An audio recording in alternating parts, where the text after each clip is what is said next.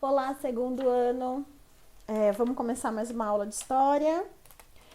Nessa aula eu vou terminar o nosso conteúdo sobre a expansão, mas principalmente vou dar início ao período de mineração no Brasil, né? Então, nessa aula, aula de número 10, a gente vai falar um pouquinho sobre a mineração no Brasil, né? Retomando aí a questão de como se achou ouro no Brasil.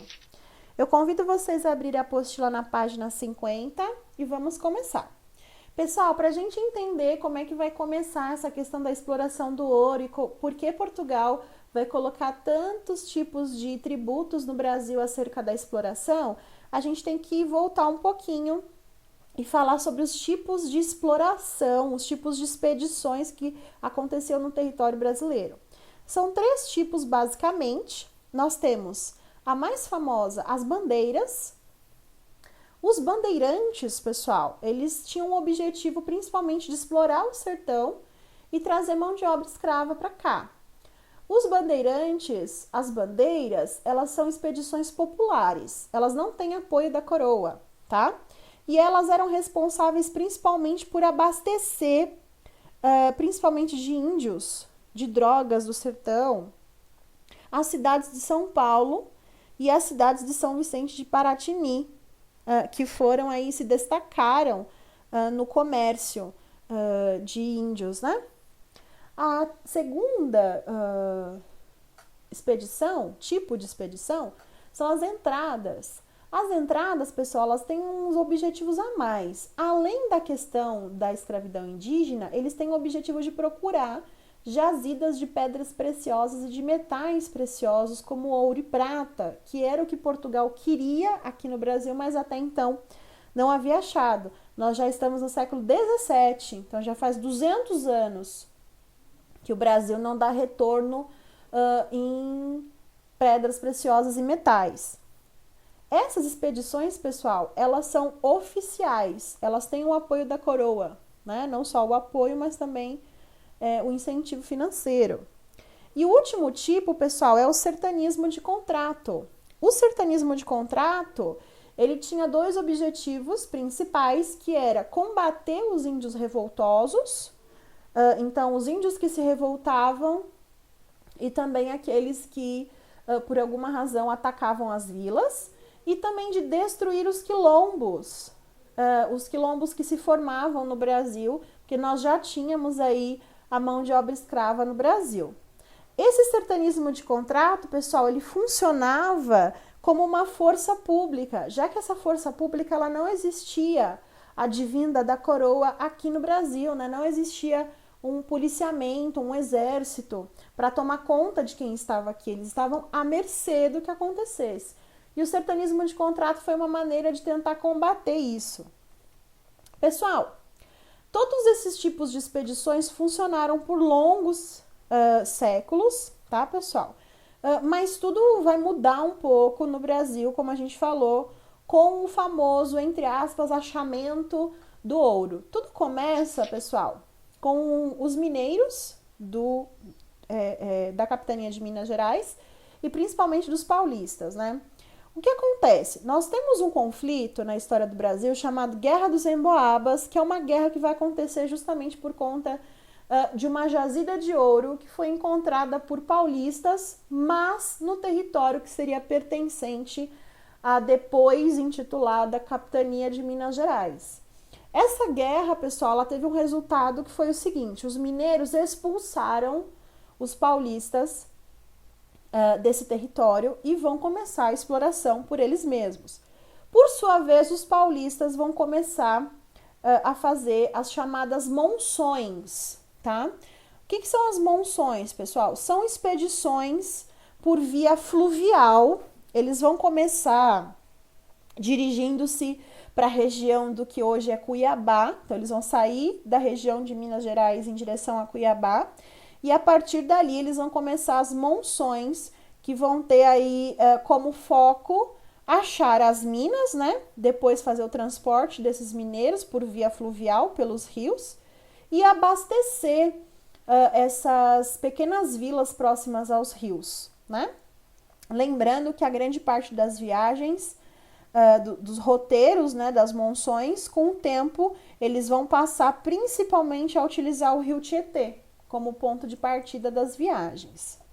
O que acontece então, pessoal, depois do achamento, né, do achar ouro?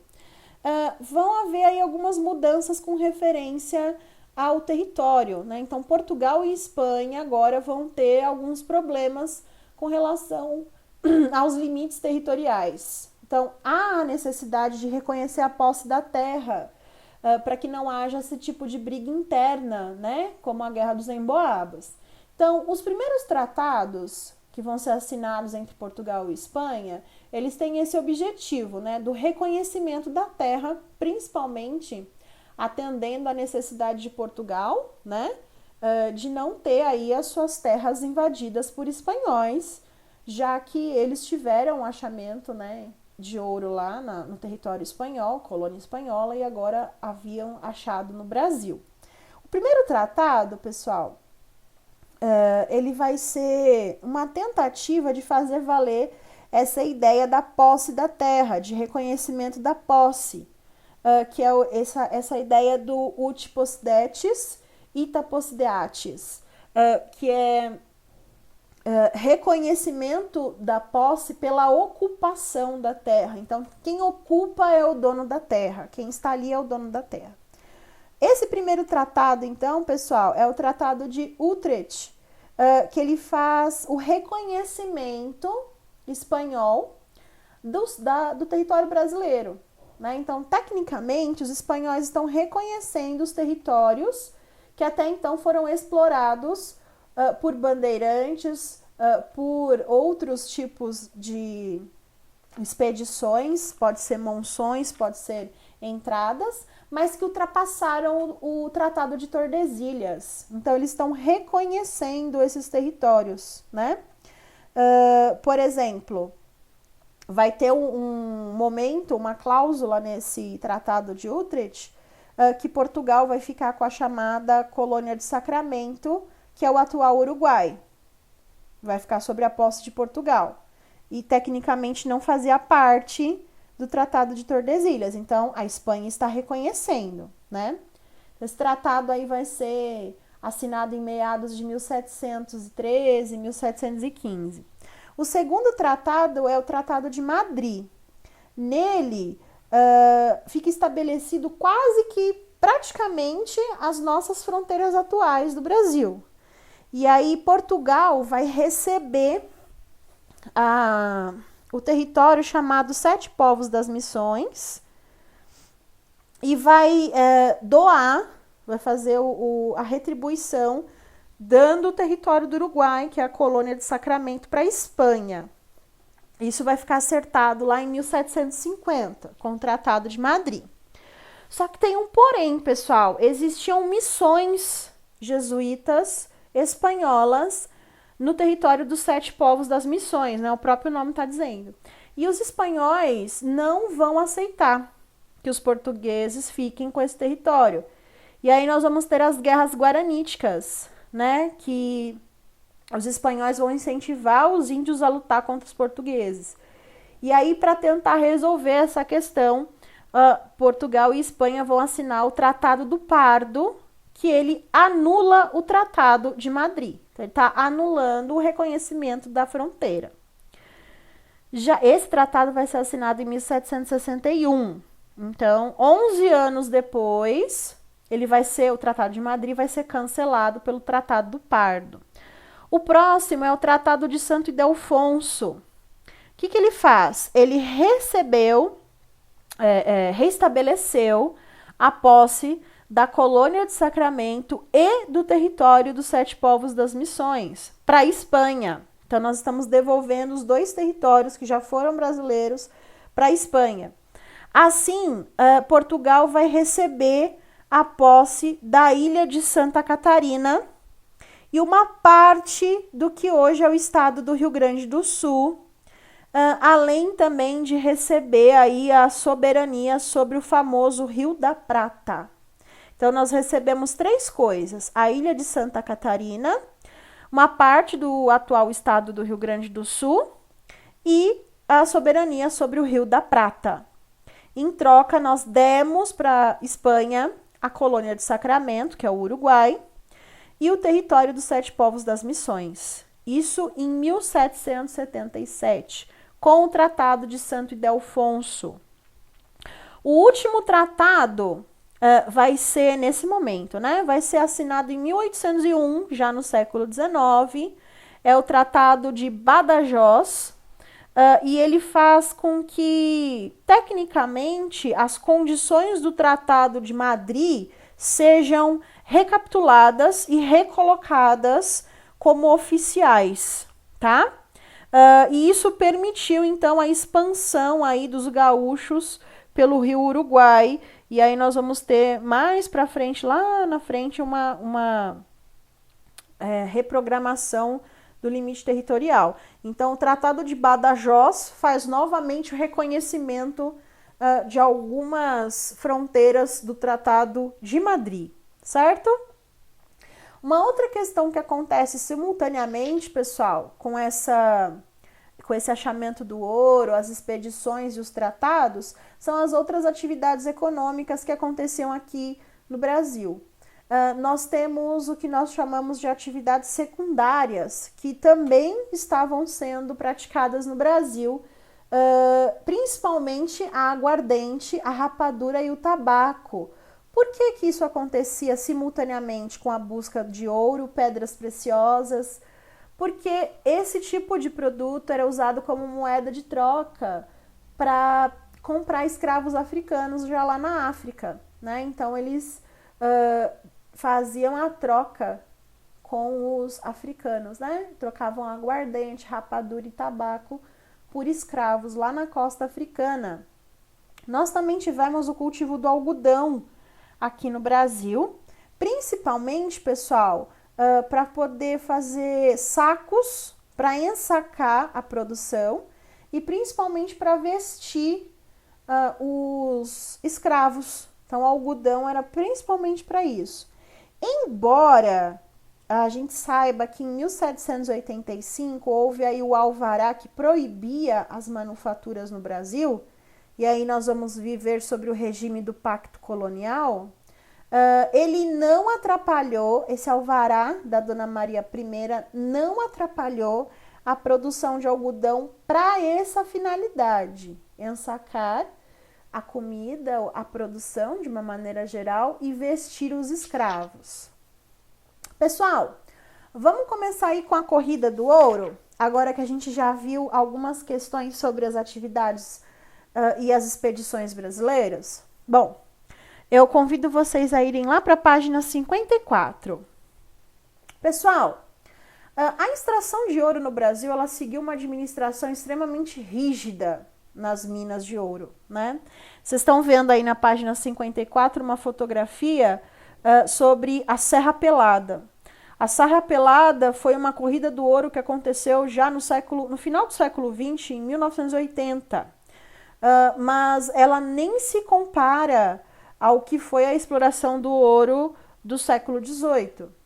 Essa administração rígida, pessoal, ela veio direto de Portugal, e Portugal fez o quê? Colocou um monopólio sobre a produção e extração de ouro e colocou várias medidas no Brasil para que isso funcionasse, que é o que nós vamos ver hoje. Então, quais foram aí as medidas tomadas? Ela criou várias instituições. Ela criou, primeiramente, a Capitania de Minas Gerais, com a capital em Vila Rica, que hoje é a cidade de Ouro Preto. Ela criou as famosas casas de fundição. As casas de fundição derretiam o ouro, que era achado em pepita e em pó, para extrair o chamado quinto, a quinta parte da exploração do ouro, que era o imposto cobrado, né? Aí na apostila vocês estão vendo, era proibido andar com ouro em pó, eles tinham que andar com essas barras de ouro. Vocês podem ver que aí, ó, os lingotes já foram devidamente quitadas, ou seja, já foi retirado a quinta parte do ouro, foi derretido e depois foi datado, colocado a data, como vocês estão vendo aí, tá? Só podia andar com ouro assim, pessoal, em barra e devidamente datado com selo real. Senão você ia ser preso. E o ouro confiscado, considerado contrabando. Outra instituição, pessoal, foi a chamada Intendência das Minas. A Intendência das Minas, pessoal, era o órgão responsável pela fiscalização. Então, era o órgão que fiscalizava as casas de fundição para que não houvesse o roubo dos impostos recolhidos. Quais são os tributos cobrados, pessoal? O primeiro tributo, como vocês viram, foi o quinto. O quinto era o seguinte: todo o ouro que você acha, 20% dele, ou seja, 1/5, a quinta parte, vai ser extraído e levado para a metrópole como imposto. O segundo tributo, pessoal, é a chamada capitulação. O que é isso? Você tem escravos trabalhando na exploração de ouro. Você vai pagar 17 gramas de ouro por ano por cada escravo que trabalha nessas terras. É um imposto sobre a mão de obra escrava. Porque você só tem escravos, porque assim permite a coroa, então você deve pagar por eles. A finta, pessoal, a finta era um imposto anual sobre o ouro total explorado. Você devia pagar, no final do ano, 100 arrobas de ouro. Isso dá 1.500 quilos de ouro por ano. Se você não pagar esse mínimo de ouro, é o mínimo, pessoal, que você tem que pagar. Ou seja, além dos 20%, sempre que você termina uma exploração, você ainda tinha que pagar a finta, que são aí no mínimo 1.050 quilos de ouro. Se você não conseguir, aí nós temos a derrama. A derrama é a cobrança do quinto atrasado, né? Então, o seu quinto, ele tem que dar no mínimo por ano 1.500 quilos. Se não der 1.500 quilos por ano, a gente vai executar a derrama, que é para pagar o quinto atrasado. E aí, pessoal, a gente leva tudo que pode ser pago, que pode ser utilizado para pagar, inclusive bens pessoais. Então, se você devia sobre a exploração do ouro, da finta ou do quinto, você tinha sua casa invadida e seus objetos pessoais de valor são levados para cobrir essa dívida, né? Então, veja bem, existiu, de acordo com esse esqueminha que vocês estão vendo, muito ouro, porque a gente vai ter uma exploração aí muito forte no Brasil. E se eles conseguiam pagar todos esses impostos, é porque tinha muito ouro aqui, certo? Pessoal, por enquanto é só, né? Na próxima aula, então, eu vou deixar para vocês os deveres e a continuação sobre essa matéria da mineração. Eu espero que vocês tenham gostado e se vocês tiverem alguma dúvida, deixem aqui no post da Senec Digital que eu respondo para vocês. Até mais!